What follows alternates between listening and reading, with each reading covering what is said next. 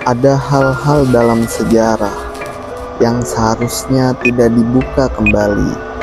Selamat datang di waktu terlarang.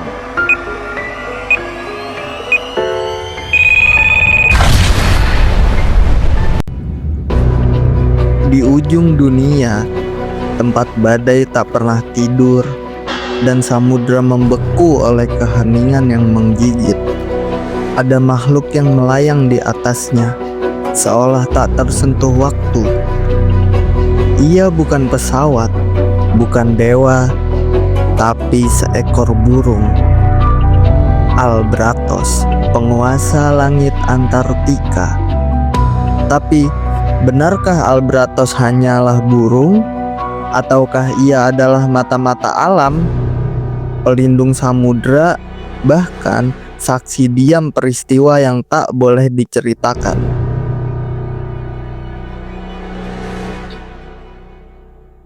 Burung Albratos berasal dari garis keturunan burung laut purba yang muncul lebih dari 50 juta tahun lalu. Saat benua masih bergeser dan iklim bumi jauh lebih liar dari sekarang.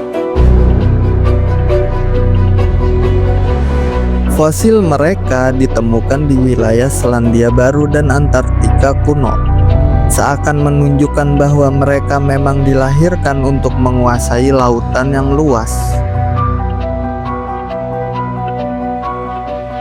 Dengan tubuh ramping dan sayap sepanjang 3,5 meter, Albratos bukan hanya seekor burung. Ia adalah mesin terbang alami. Tidak heran jika ilmuwan menyebutnya sebagai satu dari sedikit makhluk hidup yang nyaris sempurna secara aerodinamika.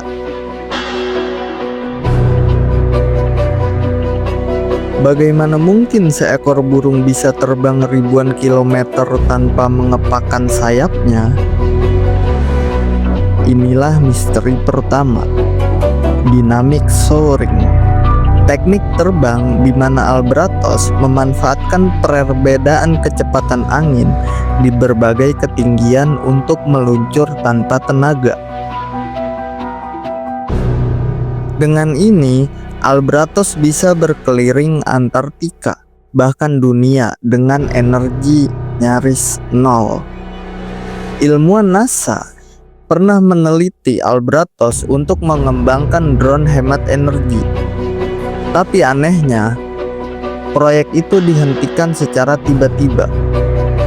Beberapa teori konspirasi percaya ada teknologi alam yang terlalu berbahaya jika ditiru manusia.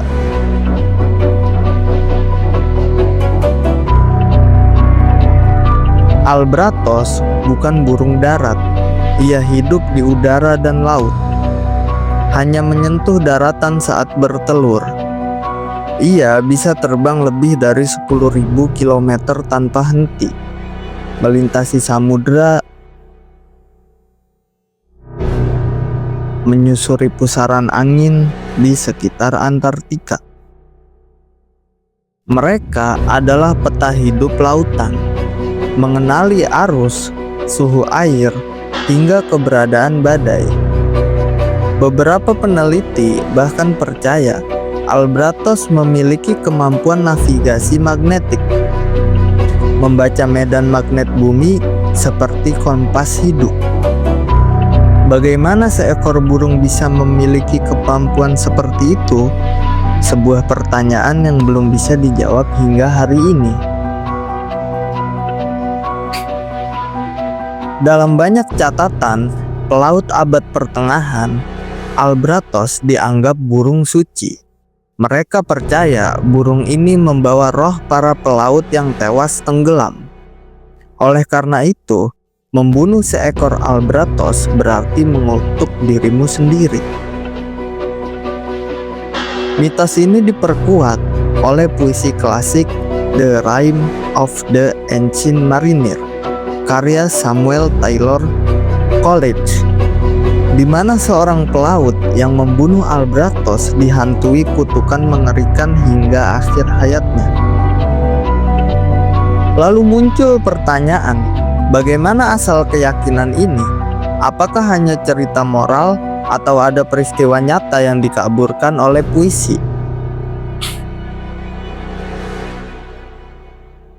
Albratos hidup di zona yang disebut subantarktik, wilayah liar penuh kabut, badai, dan kesunyian. Di sana, mereka menjadi mata dan telinga alam, menyaksikan apa yang tak terlihat oleh manusia.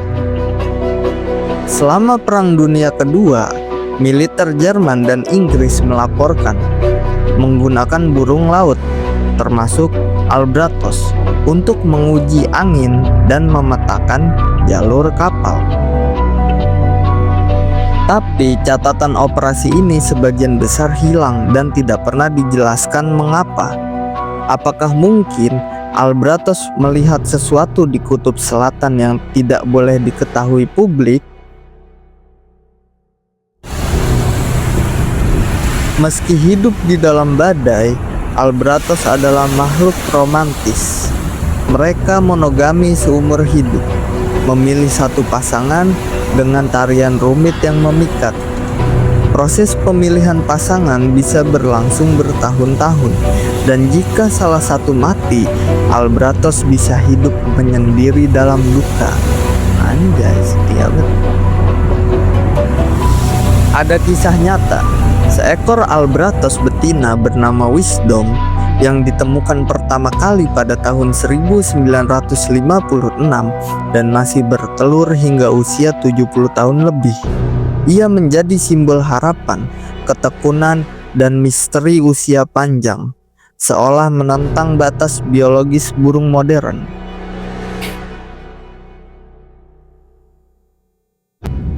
Antartika bukan tempat tinggal biasa.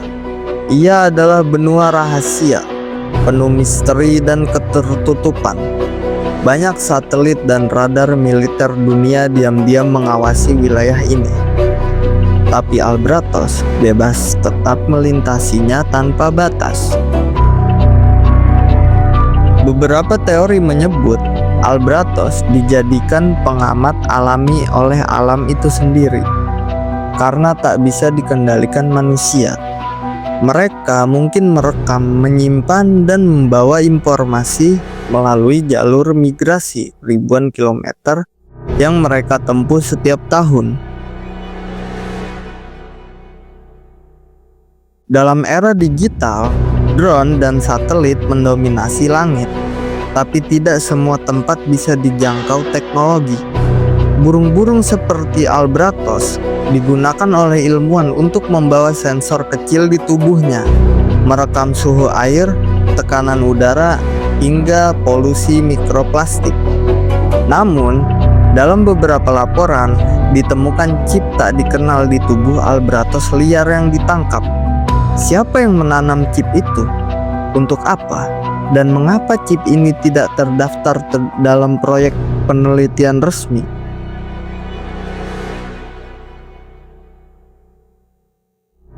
Meski begitu tangguh, Albratos kini diambang kepunahan.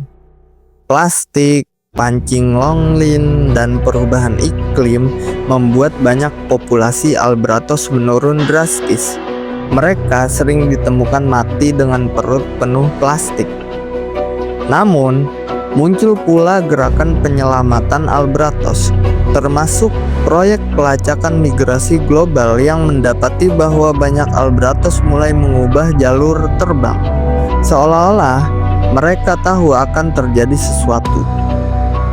sesuatu yang besar.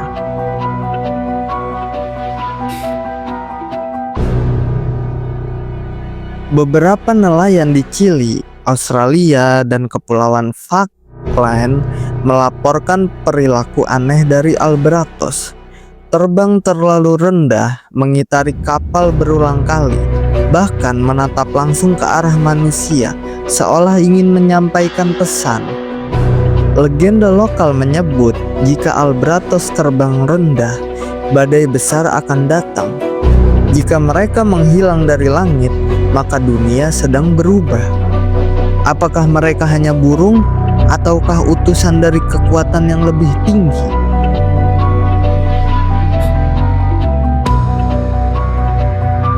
Albratos adalah makhluk yang sulit dikendalikan, tak bisa dibeli, tak bisa dijinakkan. Ia hanya datang kepada mereka yang sabar, yang mengalami lautan dan mendengarkan angin. Di dunia yang semakin sibuk, Albratos tetap melayang di langit selatan, tak terusik oleh hiruk-pikuk manusia. Ia adalah raja yang tidak dimahkotai, penjaga batas dunia, dan mungkin satu-satunya saksi atas rahasia terdalam di Antartika.